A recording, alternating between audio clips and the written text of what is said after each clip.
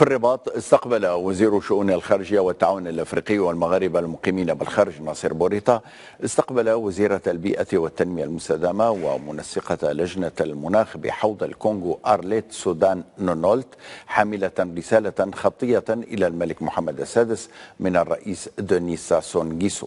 وعقب هذا اللقاء أوضحت المسؤولة الكونغولية أن زيارتها للمغرب تأتي في إطار التحضير لقمة أحواض الغابات العالمية 3 المقرر عقدها في أكتوبر المقبل ببرازافيل.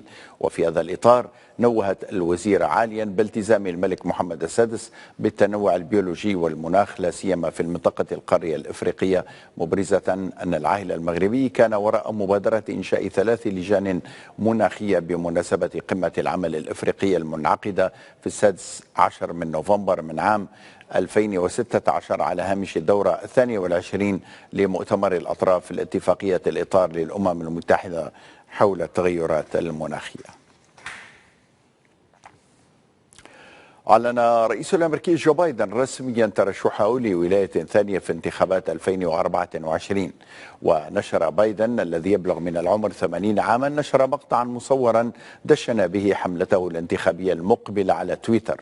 وقال الرئيس الأمريكي 46 قال إن كل جيل تأتي أمامه لحظة يجب أن يدافع فيها عن الديمقراطية وعن حرياته الأساسية، مضيفا أنه انطلاقا من إيمانه بتلك القيم فإنه قرر إعادة ترشحه للرئاسية المقبلة لولاية جديدة.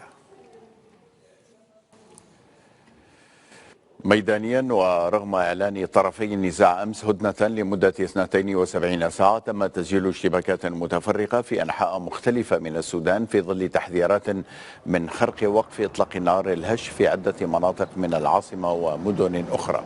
هذا وكانت وزارة الصحة السودانية قد أعلنت أمس عن ارتفاع ضحايا الاشتباكات بين الجيش وقوات الدعم السريع إلى 460 قتيلا وأكثر من 4000 جريح. من جهة أخرى حذرت منظمة الصحة العالمية من خطر بيولوجي مرتفع في البلاد بعد سيطرة مسلحين على مختبر وطني في ظل الاشتباكات الدائرة بين أطراف النزاع. هذا وكان طرفا النزاع الجيش السوداني وقوات الدعم السريع قد أعلنا أمس الموافقة على هدنة لمدة 3 أيام بهدف إتاحة فتح ممرات إنسانية وتسهيل حركة المواطنين والمقيمين وتمكينهم من قضاء احتياجاتهم والوصول إلى المستشفيات والمناطق الآمنة وإجلاء البعثات الدبلوماسية. الرباط والمعالم التراثية الأصيلة التي تتجدد في قلب المدينة، ويتعلق الأمر بقاعة سينما الفن السابع وبنايتي المحكمة الابتدائية ووزارة الإعلام قديما، مما زاد وسط العاصمة بهاء ورونقا.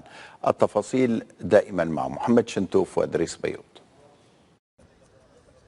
على جنبات شارعي محمد الخامس وعلال بن عبد الله الشريانان الرئيسيان لوسط المدينة تلتقط هواتف السائحين بعضا من الصور الأولى لهذه المعالم بعد تجديدها بالرباط. هذه البناية كانت مخصصة لوزارة الإعلام في الثمانينيات وتسعينيات القرن الماضي، وخلفها المحكمة الابتدائية السابقة في الرباط ومنتزهها. أما الركن الثالث فهو السينما الفن السابع. تراث راه في دمنا. انت تبارك الله شو الاسوار وشوف هذا، حتى هذه راه خاصها ترجع تراث حتى هي. واخا بعض الناس راه ما بغاوش ولحوا داروا المشاكل هكا، ولكن انا في نظري انا كشخص احسن هكا، هي زوينه. دابا التراث المغربي راه كنز معلوم، كنز تراث كبير. وشنو بلادك ما تفتخرش بها فيها تراث؟